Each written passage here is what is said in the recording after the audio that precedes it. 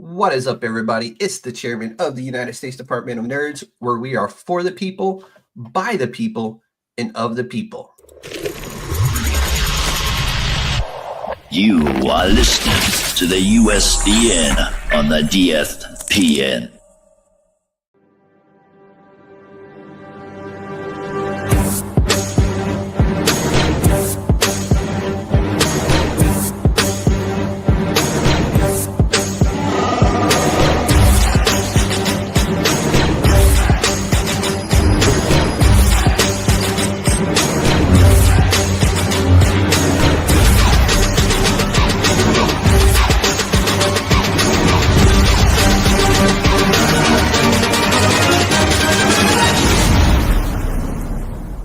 It's a trap!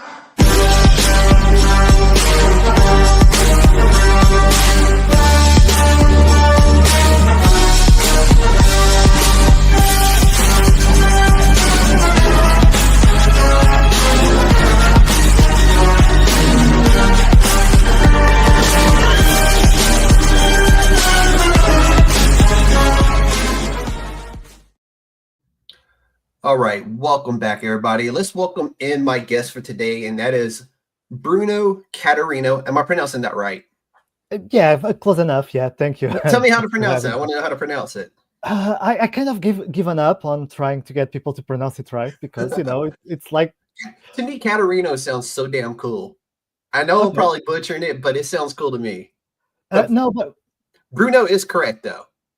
yeah, pretty much. I mean, it's if you say it like with proper Portuguese accent, it would be something like I can't even get my Spanish accent right. Yeah, I don't want to butcher the Portuguese on top of it. It's okay. It would be something like Bruno Catarino, but it's That's cool. yeah, That's awesome, man. Don't worry about it. I mean, that's say it like you would say Tarantino. It's kind of the same ending, so it works. Well, today, my friend, you are the Tarantino of the USDN podcast. That's how you're going to get treated today, buddy.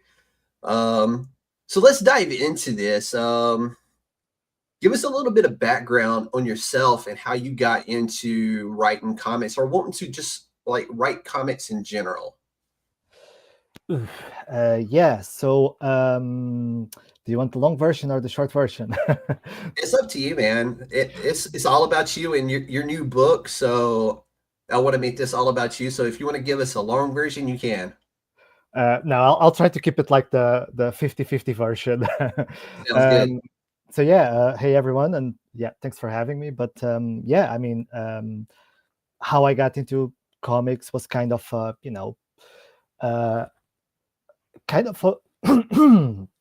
sorry, was kind of a different path because I started. So I'm a software engineer. That's kind of my day job. I kind of started writing for film and TV. I say this, it's like I had something produced. Not really. I made a few short films, but I was writing, screenplays for film, for TV, for a few years. That was actually great because that's kind of how I learned to write. And there was like a huge community around, from screenwriters, and you can actually learn quite a lot about storytelling, even if it's a different medium. And at some point I went to, so I used to love comics as a kid, but then I kind of stopped reading around the 2000s for, I don't know, almost 2 decades. Yeah, I was the same boat. I loved comics as a kid, and then for me, I left home and got busy with life, and it wasn't until like a few years back that I got back into it as well. So I know exactly how you feel there. Yeah, and it was kind of the same. And I was kind of going back to comics and thinking, hey, this is actually a good way to, to tell some stories, those projects that are a bit more expensive to tell in film and that I can't do it on my own. I could probably do it, as comics. And I happened to go to a Comic-Con. There was like this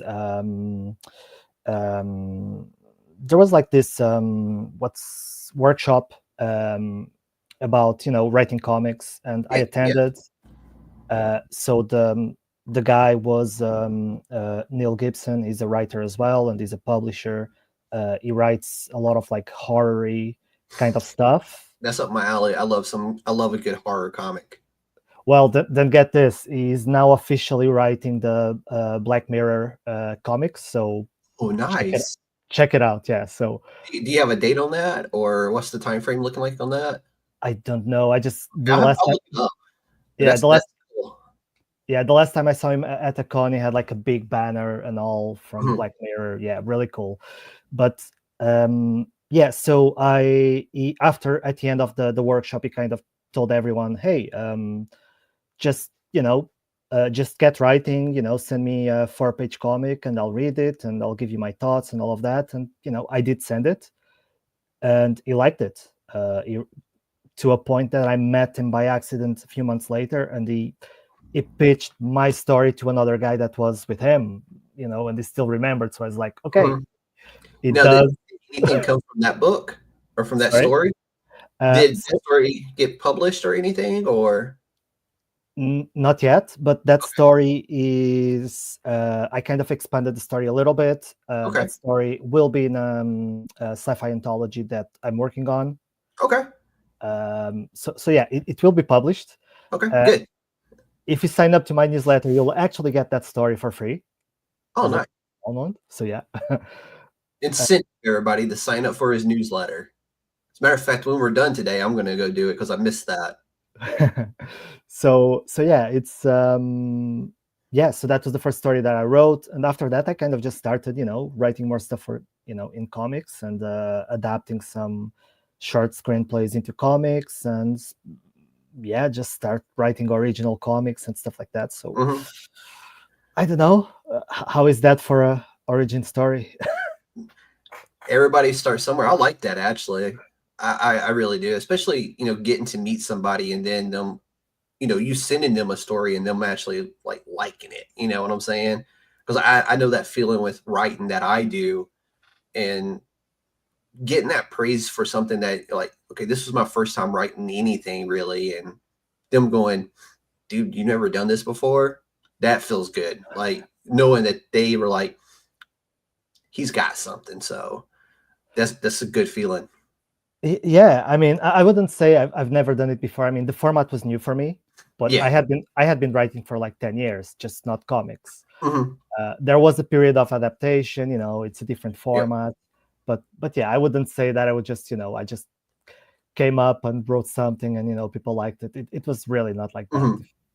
First thing that I wrote was awful, just awful. We all start somewhere. Yeah. That's good. So take people through your writing process. Like, how do you start? Do you start with an idea, a character? Like what like walk me through that. Like, how do you do that for you? Well, We ask the deep questions here. no, I mean, the answer is very simple. It's very chaotic and it's all over the place. It depends. I once looked at a bathroom sign and I came up with an idea. It's as simple as that. I see something like completely dumb and I come up with an idea. Other times, I have like this very specific image, the beginning of Bereavement, that, that Jupiter, that base in front of Jupiter, that was a very specific image I had in my head. That's a very cool scene in that book. I'm not gonna lie. I love that first, like those opening pages where the ship is flying into the base.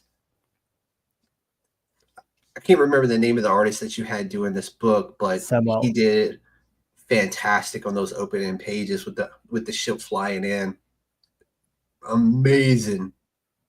Yeah, Samuel is amazing, and Geo, who did the colors, is also fantastic. And those guys did a phenomenal job. The book looks gorgeous because of them. It really is. It's a very vibrant book. Even like the medical spaces within the pages are very vibrant and very futuristic sci-fi, which I'm absolutely loving about the book with that kind of stuff. But let's talk about your influences. Are there any particular writers or artists who have impacted your work personally? I mean, the obvious reference is straight away Rod Serling, Twilight Zone. Yeah, pretty much everything I write tends to have a little bit of that. But then, for specifically for this book, I kind of do mention some of them in the Kickstarter page, and you can see, Spielberg's AI, Wally Blade was one of my Runner. favorite ones. When I seen the Wally on there, I was like, yeah, this might be something. Yeah, Wally. So there's all these references that are much closer to this book, but then there's Mhm. all over the place. I mean, Black Mirror definitely is a reference Yep. as well. There's quite a lot. Yeah. Okay. So let's dive into this project. See, give us a little bit of a background on how this particular story, Bereavement, came about, because that's what we're here to talk about today. So let's jump on that. We got you. We know who you are now and what your influences are. Talk to us about Bereavement and what this book means to you, and how did it come about? Yeah. I mean, it's give me a second. Yep. Sorry, had to No, cough. you're good. You're good. It's going Um, around. Trust me. I've been off and on for the last couple of weeks with something. yeah, it's been weird, but yeah. So yeah, I mean, um, the question was, sorry, about bereavement and how. Um, so just take us through how you got started on this project, and kind of like, because we know Wally AI were some of the influences on this project, but how did you get started with this project, and what made you go, Bereavement is my next project? Yeah. Okay. Yeah. Thanks. Sorry. No worries, no worries. The things of the live show, but yeah. So bereavement was originally I started writing it for not really on commission, because it was not like a paid gig, but it was Mhm. someone asked me, hey, do you want to write a story for this anthology, and there was some connections with the book, so I kind of started writing with that in mind, and it Mhm. was much simpler then because it was based on something that existed. There was a little robot, so that kind of that element existed, but then Okay. the whole bereavement part and that kind of came from me. So the story kind of came from me in Mhm. this other world. Ultimately, we couldn't really kind of make it work for the anthology, so I kind of just asked the guy, hey, do you mind if I use this myself? He was okay with it, and so yeah, I kind of just replaced all the elements that I did not own. So Zara was initially not a therapist. I Mhm. mean, there was no Zara really. Yeah. uh, yeah, so I kind of just changed the elements and to tell the story and to focus it more about I don't know, the grief and the loss and all of that. I kind of focused more about that in the version that was actually published. Mhm. uh, but I don't know, in my mind it was always kind of about that, of the Yeah. I don't know, I this idea that um what makes something human, right? And Yeah, that was one of my favorite elements of this book, to be fair, because I had an idea going in of what it was, but when she actually walks down those stairs and down the tunnel, and when you see the first time who's actually the story is about, really, I was like, "Oh, damn, he threw me a curveball on this one." I'm like, because it's not what you're expecting. Because she the it was referred to as her husband or her partner, so I'm like expecting there to be a angry, upset, grieving human, at the bottom of the stairs and down this hallway. And that is not at all what was waiting when she got down there. And you could, like, Samuel, I believe, did the art, like the way her face said everything when she got to the bottom of the stairs on that was like just this shock and like, wait a minute, you said this was for a grieving spouse. This is a robot. And I don't want to give too much of the story away, but unless you want to, but that to me, like, brilliant writing, first of all. So kudos to you, good sir. Thank But you. the artwork that Samuel did, and he sold her facials, the hysteria on the robot, him diligently like trying to figure out how this could happen was brilliant to me. Just I enjoyed that part immensely, and I can't thank you enough for allowing me to read it, first of all. But I was like, when you're reading a comic book, you expect the element of surprise, maybe a good twist somewhere, a backstabbing, depending on what you're reading. But that was something unexpected and brilliantly done in my eyes. So, sir, Thank you. brilliant. I loved it. Oh wow! Thank you so much. I mean, that's a raving review. Thank you for that. Okay, I gave you a raving review. The moment I finished it, I immediately was like, dude. And I was all over it. Like, it's hanging up right now.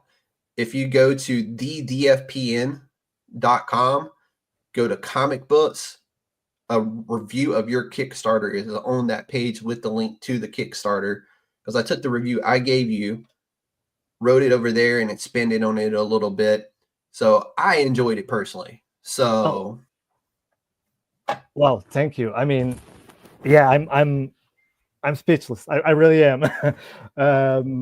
No, I mean, yeah, it's the reception to the book has been, absolutely amazing. People are loving it. People love the story, people love the art, and yeah, I mean, it's been really great to see that.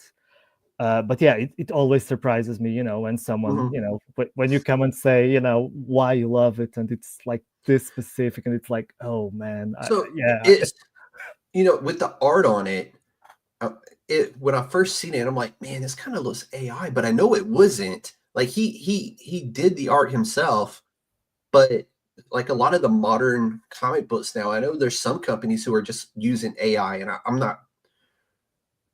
don't too much care about it. I'm not going to pick it up. It's not my cup of tea. I mean, I do use AI to create thumbnails and stuff like that for my podcast, but that's only because I don't have a lick of, artistic abilities within my soul to draw something, nor the time. So for me, it works out for creating thumbnails and that kind of stuff. But I love the modern art that he brought to this story, because it's very vibrant. It's God, it's hard to explain without like if you look at the cover that I posted, that's very much the art. It's very modern and very vibrant use of colors. Even though it takes place in kind of like a medical bay, it's still those vibrant colors, because you can see that outside and they're in outer space. So you can still see that stuff, and it's really cool to me. So thank you. Yeah, I mean, again, I'm still speechless. I don't know where to go from here. That's all right. I got this, because this is where we're going next with it. So how did you approach your artist and your colorist for the book?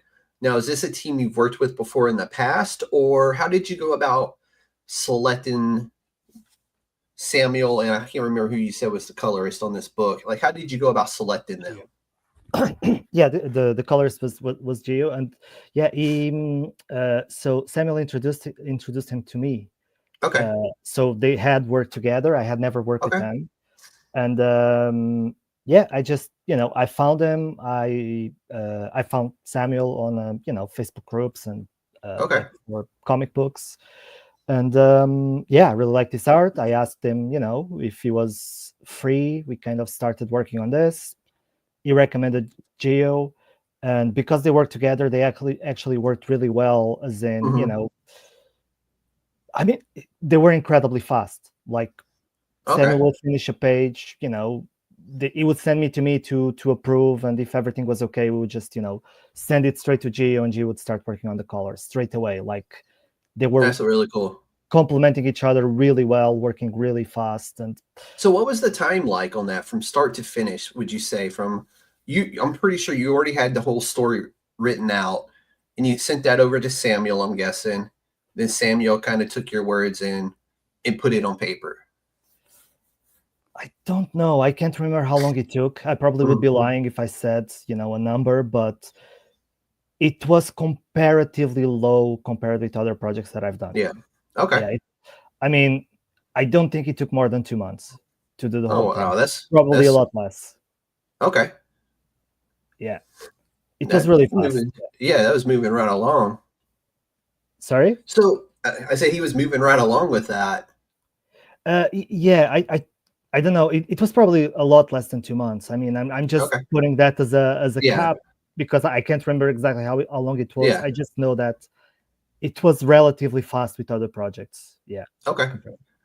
No, that's interesting because I mean it is a very well done book, and to me it looks like they like a passion project was poured onto the paper. Where everybody took their time and doing their element of the story, of the drawing, of the colors. Some very well put together story, very well put together artwork that matches the story brilliantly. So my hat's off to y'all in that. So let's talk about the Kickstarter itself. So it is currently up and running, and we are at I say we, y'all are at the halfway point with this. And how are we looking so far on that? Like, are we going to hit the goal or I mean, I know the numbers. I looked before we came on live. I wanted to see how it was looking. I think we can get it there, man. I really do. No, I think it's doable, but I think it's 12 days left. And still 12 days, probably 11 by now. And there's still quite a bit to go. So we're under 50% at the moment. So yeah, it's going to be right until the end. I think it's possible, but yeah, it really needs people to be aware that it exists and to.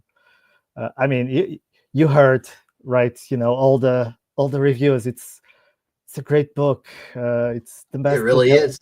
Hey, I gave it my seal of approval, and I don't give that often.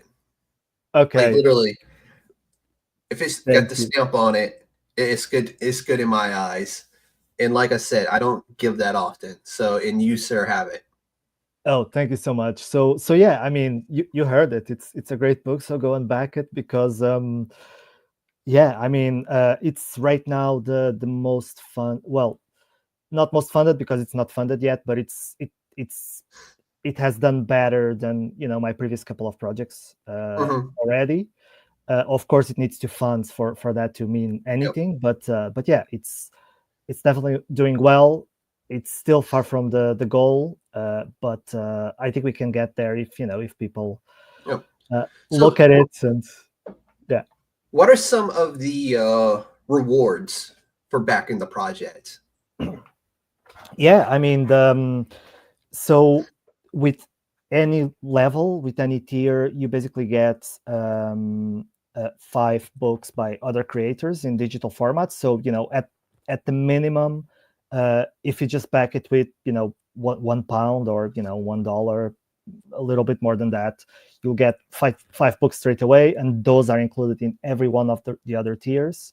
And then for the book itself, you have the normal tiers. You have digital formats, you have a digital deluxe, you have the physical formats with 3 different variants, and then you have some deluxe packages that are printed that have the book.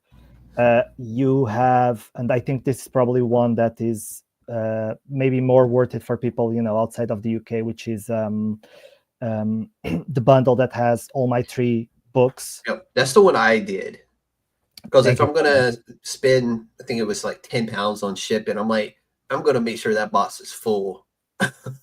Yeah, exactly. And yeah, to me, that's the way to go with projects that are out of the US is if you're going to do it, get the money, because don't just order the one book and get it's because the shipping is the same.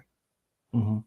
So just, if there's something else you like on there, personally, I wanted to read Portrait of a Soul and Pray, and there's a couple of covers on there that I picked on those that were like phenomenal covers to go with the story. So I'm like, if I'm going to do this, I'm going to get that and that as well. So that's what I did. Yeah, and I think you're right. I think it's the way to go with international projects. And I mean, even you mentioned £10. I mean, it's a little bit less. Even that, it's even a bit less than £10. But if you compare like something, if you compare that with most Kickstarters, it's still quite low. Because we're in the UK, and fortunately we have Royal Mail, and they have, I'm not going to say cheap prices, but cheap compared with most countries. Yeah. So you can get books for a relatively cheap price, and if you get a bundle with multiple books, I think this one, if you get the 3 books, you get shipping to be like $3 for each book, which that's really good. Like, even if you're like, if I know a lot of people who get their books off of other apps like Whatnot and that kind of stuff, and they have flat rate shipping no matter where. Like, you could buy a comic book from your neighbor, 10 miles up the road, and it's going to be $8 flat rate, period. Wow. Just to go, a few miles down the road. Wow. So $10 or $8, period, flat rate. Wow, and it goes up from there per pound. That is a lot. Wow. Yeah. So what you're telling us is the shipping is great. Yeah, the shipping comparative really to other ways to get comic books. The shipping really is great. I mean, honestly, I'm kind of a bit afraid that when I actually start shipping things, things might be a bit more expensive because of, I don't know, tariffs, whatever. But I don't know. At this point, I'm like, yeah, okay, cool. I think we're all kind of hanging out and waiting to see how that's really going to make an impact on things when it comes to that kind of stuff. So I'm hoping it doesn't really, but we'll see how that works out. So, I mean, that's some great perks there, man. Like I said, I was really interested in your 2 other books as well. And my daughter has messaged me, so I'm getting dings in my ear. No worries. I say not high school. She's in college, but she does this. She'll intentionally send me a message once she knows I'm in the middle of something. But let's see. We've already covered that. We already answered some of the questions as we went. So here we go. How has crowdfunding shaped your approach to how you do comic books in the creation process? Because to me, Kickstarter has really changed how this can be done. Because before, you would literally have to do a book, pay to have it stapled, printed, and everything else, send it to a publisher or multiple publishers, which means now you've had to print this book multiple times and then send that on its way to different publishers to see if they would be willing to pick up the book. And they're not just going to want the one book. They're going to want, oh, hey, we love this book. Give us, 3 more to go with it. Yeah. So, because what I've noticed lately is most books are getting 4 to 6 issues for like indie type stuff. Is 4 to 6 issues is why publishers are requesting lately. And they could be expanded for more. I mean, there's plenty of other books out there that have started out that way. And I know books, some that are now like issue 20, 21 now. But they started out as a simple indie campaign that they just said, hey, have a look at my book. And the publisher goes, hey, great, cool. Give us 3 more. But Kickstarter has changed that for people. Now you could literally lay out an entire book in digital format, never having to send it to a printer, never have to pay to ship it anywhere, and then get it personally funded through a campaign on Kickstarter. Now, how has that changed your process? Or have you just always been idea on, and then use Kickstarter to back your projects? Well, I mean, because I started, making comics after, Kickstarter was already a thing. Okay, yeah. So I then, don't have much of a comparison, but I think it does make it did make it possible, right? Because it did. before, Yeah. before having Kickstarter, I mean, it's the whole process that you're talking about. And I mean, the book is finished, so I kind of paid for it myself, and I'm hoping that what Kickstarter does is put some of that money back in my pocket so that I can Yeah. make more Of course. books. Yeah. Yeah. But yeah, it's still a lot cheaper than I didn't have to print it yet, and I can print based on whatever people Yeah. how many units people back it. And I still very much like the printed version, if I can. Obviously, Yeah. if it's international, sometimes you can't really do that. Mm-hmm. But yeah, I mean, I think the simple way that it gives you a platform to reach potential readership, and one of the things that I really enjoyed was, I mean, I have some people that backed the first and the second Kickstarter, and they came back for the third one, right? So it's you're really building, a group of people that actually enjoy your work, and that's really great to see. Yeah. And I don't. So, how has social media shaped that as well? Because it does give you a larger platform. Yep, you have the Kickstarter, but now you also have social media to go to. Say, hey guys, I know a lot of you don't know who I am, but I have this great project out there. Could you please go give it, a look? Yeah. I think it has. I was never very good at social media. I feel like for me, things kind of started to change with Blue Sky, because I do feel like Blue Sky kind of opens up. I don't know. A lot of people there are comics people.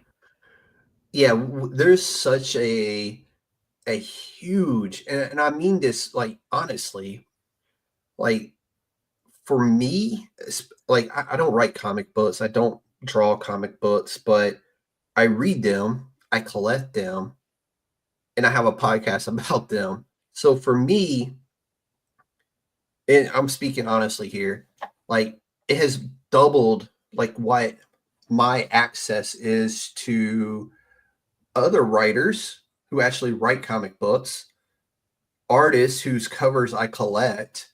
So for me, in like, let me like Ghost Machine. Yeah. So this is Rockefellers. It's one of my favorite books out right now. And I think the guys over at Ghost Machine are absolutely killing it. Like they don't have a bad project out right now. But I post that cover up on Blue Sky. And, I think that one is done by Thomas J. Tomasi, and Francis Maniple does the art and the covers for it. And I post that on Blue Sky, like, hey guys, check out this book. I highly recommend this book to you. And they hit, and Francis and Tomas are all like, hey dude, thanks for supporting our book. We appreciate it. And here I am, just a peon, who just wanted to share what I'm reading with, with people and saying, hey guys, I think this is a great book. Check it out. And those guys are like, hey man, thanks for supporting our work. We really appreciate it. And I'm here like, they just recognized me. You know what I'm saying? Yeah, I think it definitely increases a lot that reach, and it puts you in contact with some of those people as well. And yeah, that is amazing. I feel like I never invested that much on Twitter because I didn't. No other reason. I just didn't. It was a toxic environment. Period for everybody. Yeah. Okay. Yeah. Fair enough. Just say it. It's very toxic over there. Yeah, I never used it much. It was not even the toxicity. It was just I never used it much. Yeah. For that exact reason. I mean, I never used Instagram much, which I should, even though, I would say, yeah, for Instagram. I Instagram for me, I've had the podcast now just over a year, and I'm really just now getting traction on Instagram. And I think a lot of that was me learning how to make reels, how to properly share things and put together something. that I think people would want to see, especially when it comes to the comic book side of things. So when I post a cover, and I don't know if anybody ever really realizes how much I actually put into like the covers that I post. Yeah, I didn't do the cover, but I give credit to the artists, the writers, the colorist. And then when I actually post it, the music that I attach to the comic book is also something that plays on the comic book.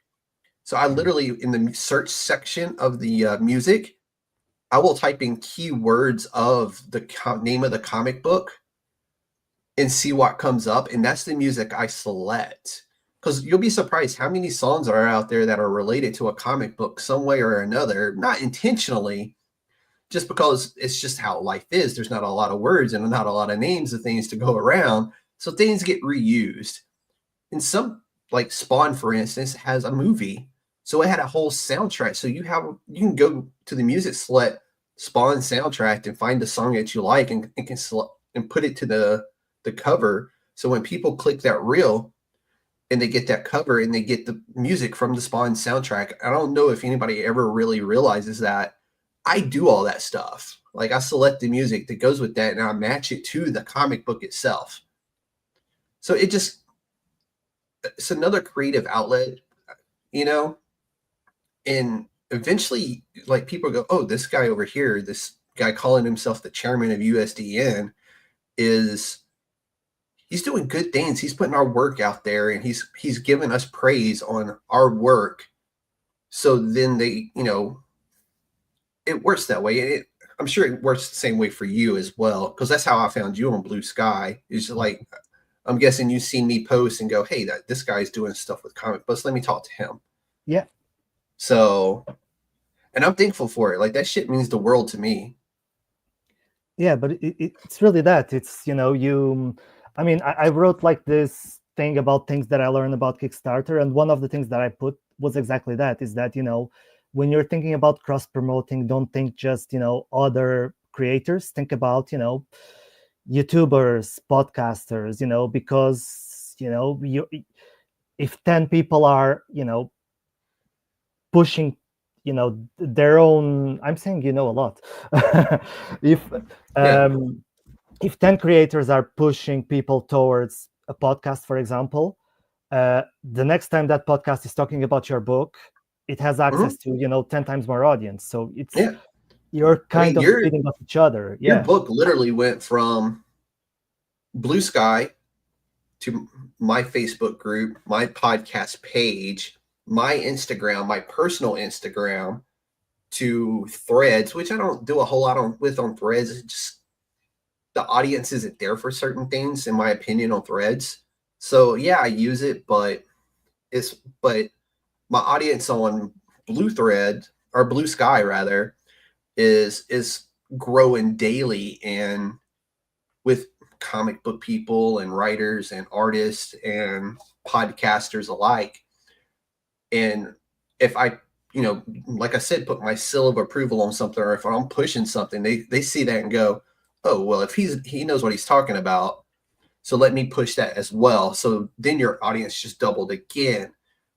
So I get exactly what you're saying on that one. And that's what I really enjoy. And even like I just started my YouTube channel, and most of it is like other podcasters who are following me now, and they're sharing it, and eventually, hopefully, it'll catch on one day, and I will have a bigger following like some of the other guys do, who I feel don't do as much as I do, but they're more popular than me, and that's okay. There's a niche and an audience for everybody, and someday I'll grab mine, and that's what I've been trying to do with your book. Is just I get it in front of as many eyes as I can.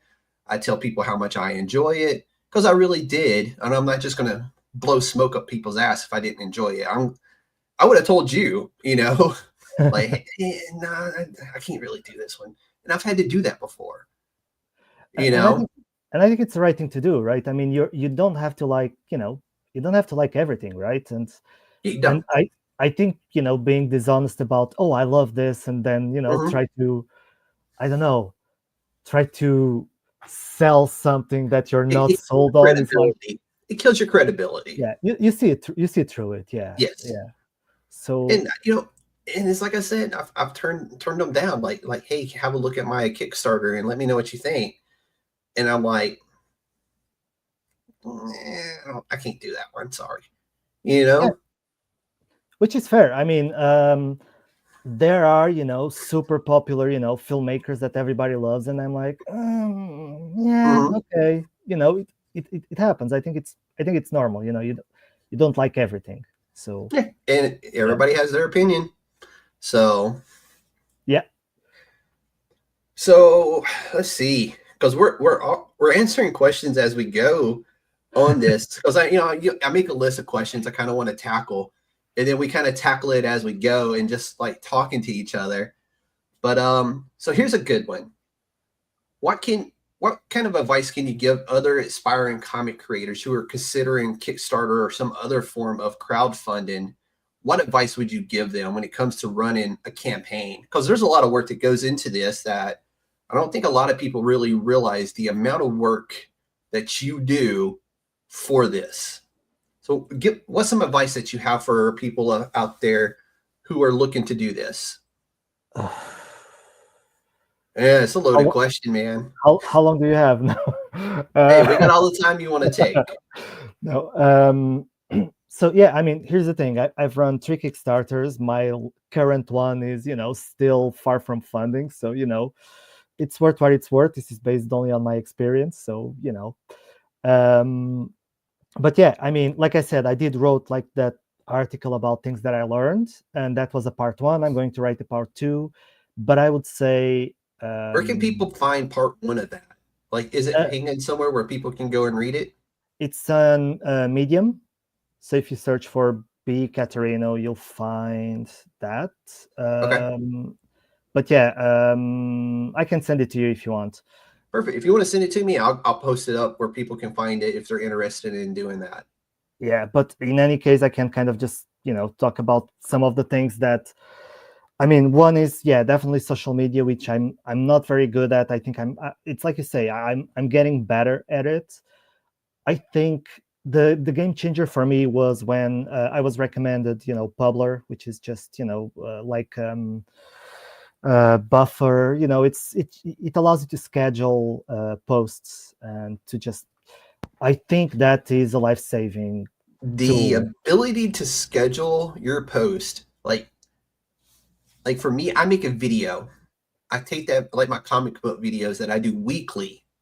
I cut it up, like I make the one 10 to 20-minute video, and I'm able to cut that up into, depending on the book I'm talking about, a 1 to, well, but I'd say between 30 seconds and 2 minutes. I'm able to cut that up and then schedule the individual videos on YouTube.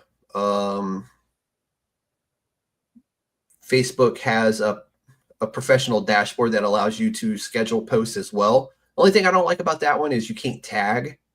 So that's kind of one of the not cool things about it, but it does allow you to schedule posts to go out on Facebook, Instagram, and Threads all at the same time. And you can schedule multiple ones, which is a lifesaver. And I'm learning to use that more and more and more because it's a time-saving thing that I can give my time back to myself. Yeah, I think it's more about also sanity, because you're not. I think with the first couple of Kickstarters, I was thinking about it all the time, and it's really not healthy. And with this, I'm like, you know what? I plan my posts 1 month in advance. I'm still refining, and I still go, there, schedule stuff, and every once in a while, but I'm not in promotion mode all the time. I can take some time because I know that, especially, with backers from or potential backers from the US, I don't have to be posting at 3 a.m., right? I can just schedule it, and I Yep. can. It's just a lifesaver and a sanity saver, really. So definitely, get one of those things for your social media, because it's worth the money. It's worth the cost. Yeah. I mean, the other stuff is, don't have too many rewards, and I should listen to that advice myself. because like you say, creating these tiny things takes a lot of time, and I was Mhm. thinking that it'd take me about a week to create all the graphics for about a day to create all the graphics for my campaign. It took a week. Yeah. It's insane. So I don't know. I would say the advice I would give another one is, if it's the first one, keep your goal very low, Mhm. just to make sure that you fund, just to make sure that you go through the entire Yeah. process once. Yeah. That makes a lot of sense right there. Yeah, Keep it just simple. exactly. Yeah, the first time, keep it really simple. Make sure that you can go through the entire process. I mean, if you can afford it, obviously. I mean, Yeah. if you spend, a certain amount of money and you need to get it back, then you need to get it back. So Mhm. yeah, I don't know. All of this is kind of common. I don't know. I don't know if this Yeah. is helpful, Well, but common sense ain't so common no more. well, yeah. And to be fair, it took me 3 campaigns to learn some of it. So, and I even got it wrong in my current one. There's things that I'm saying, don't do this, that I'm doing. So, Yeah. Hey, we live and we grow every single day. exactly. So we got a couple more. So if this one manages to reach its goal, what's next for you, sir? Ooh, I have a very packed 2025, assuming Because this fun. I've seen something you were working on, and it looked really good again. And Okay. I was like, because it was up on the Kickstarter, and it's like, hey, and it was there with it, like your next little project, I think it was. I was like, okay, Was that in the updates? yes, Okay. So yeah, so that's the next one that I'm working with yeah. Samuel and Geo. So which is it's kind of It's just some basic drawings on there, but they were very intriguing. yeah, Even the it's just name very intriguing on that one. yeah. So Crimson Bay, yeah, Yeah, it's like an homage in a way to fighting games from the 80s and 90s. So your the Street best era of Fighters, fighting yeah, games. Yes. yeah, your Street Fighters, your Streets of That Rage, was my Final first Fight. thought when I seen it. I was like, "Oh, that's very Street Fighter-esque." I'm like, "Okay." I'm like, "I'm liking it." Yeah, that's it. It's like, think of it as, a manga with Western style, or, you Ooh, know, you know, f- massive fights with special attacks, but there is a story, and there is obviously, mhm. a narrative going through it, and Yeah. some. Yeah, I mean, I don't want to talk too much to spoil too much, but yeah, Yeah, it's let's not basically. spoil it, but I seen it and I was like, "Oh, that's gonna be a good one." Yeah, and that's a longer series as well, so it's not like while Bereavement is a one shot. Mhm. Well, uh it's a one shot with a cliffhanger, man. I was just like, how you gonna do that to us? Because that was like my first thing I told you. I was like, dude, tell me you have another one coming on this. But I really like the way you did the ending, because if you wanted to circle back to it, it's open. You can still circle back to it if you wanted to. So, and that to me, that's brilliant. I like.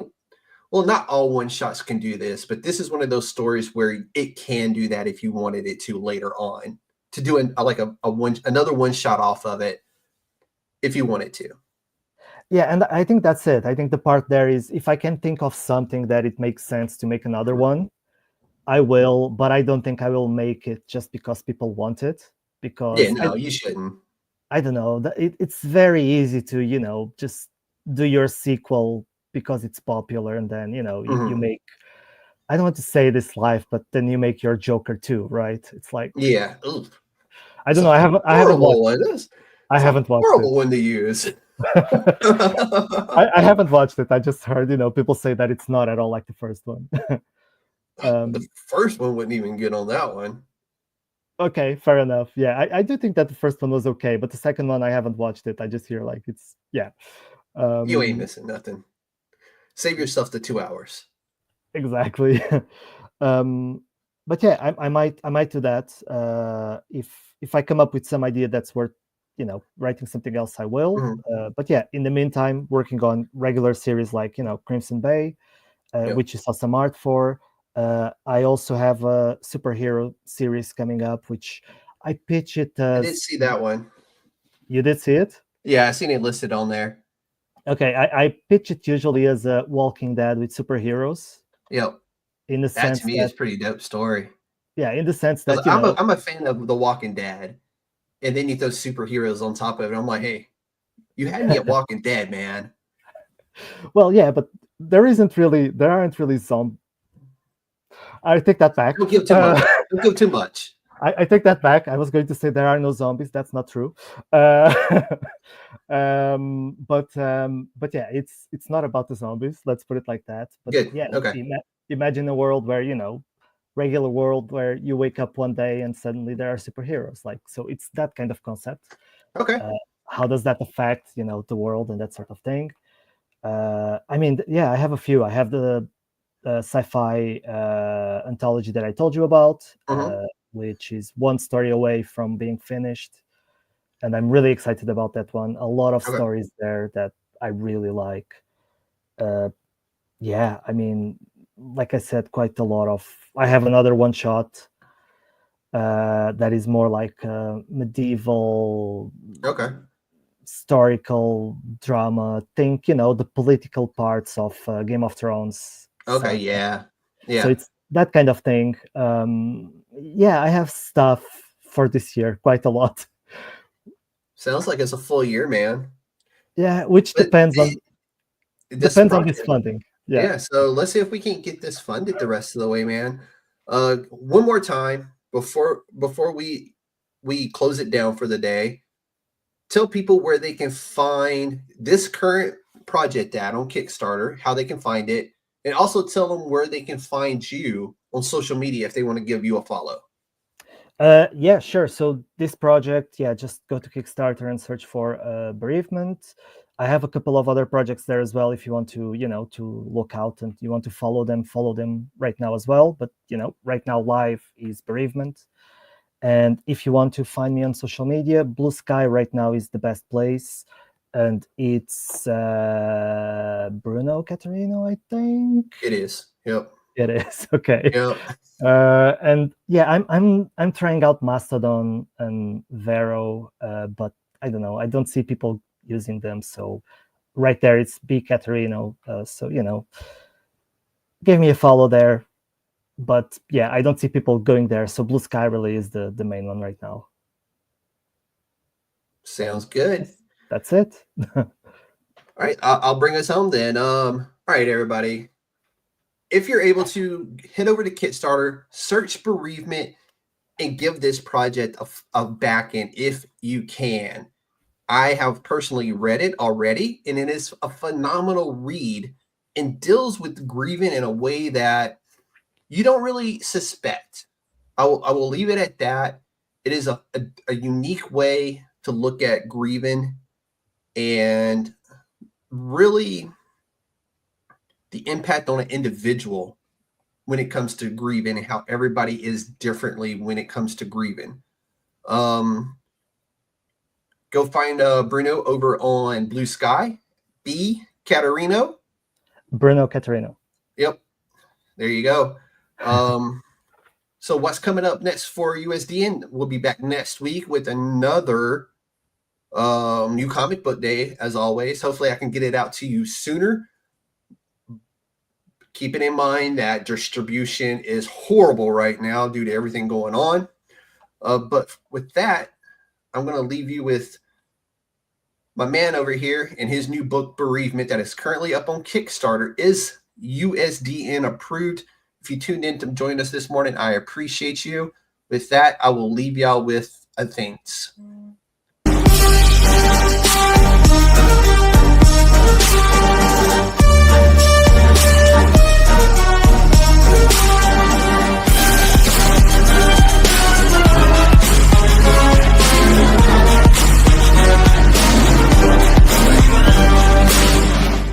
It's a trap!